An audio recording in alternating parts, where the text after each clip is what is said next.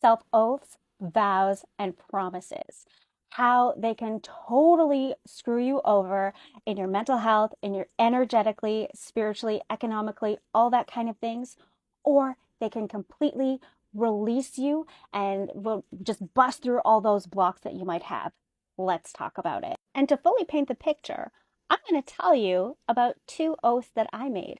One that completely screwed me over, and the other one that totally set me free. Story time. So, at around the age of 11 or 12, I grew up in a very, very cold house. My mom had substance abuse issues, mental health issues. It was just me and her.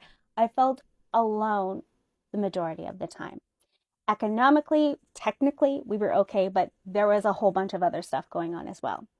Contrast that to my best friend at the time. Mom and dad were very, very poor. Her mom and dad were very, very poor, but they loved each other, and the family just genuinely enjoyed each other's company. At that age, I saw the contrast between our two families, and I felt that it was one or the other. Pretty common for that age, but also this is emotional math, not cognitive logical math, where we feel like we have to make one exchange for the other.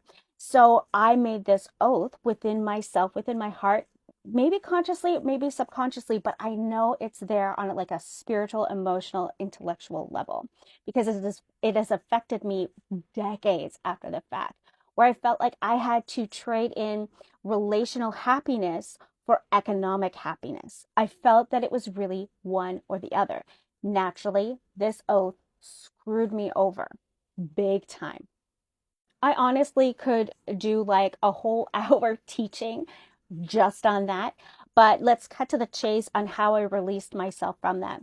I had to make a new oath where I had to say, I am complete. That lesson is complete. I fulfilled that oath. I can release myself from that oath. It is broken. You can always break oaths that are no good for you.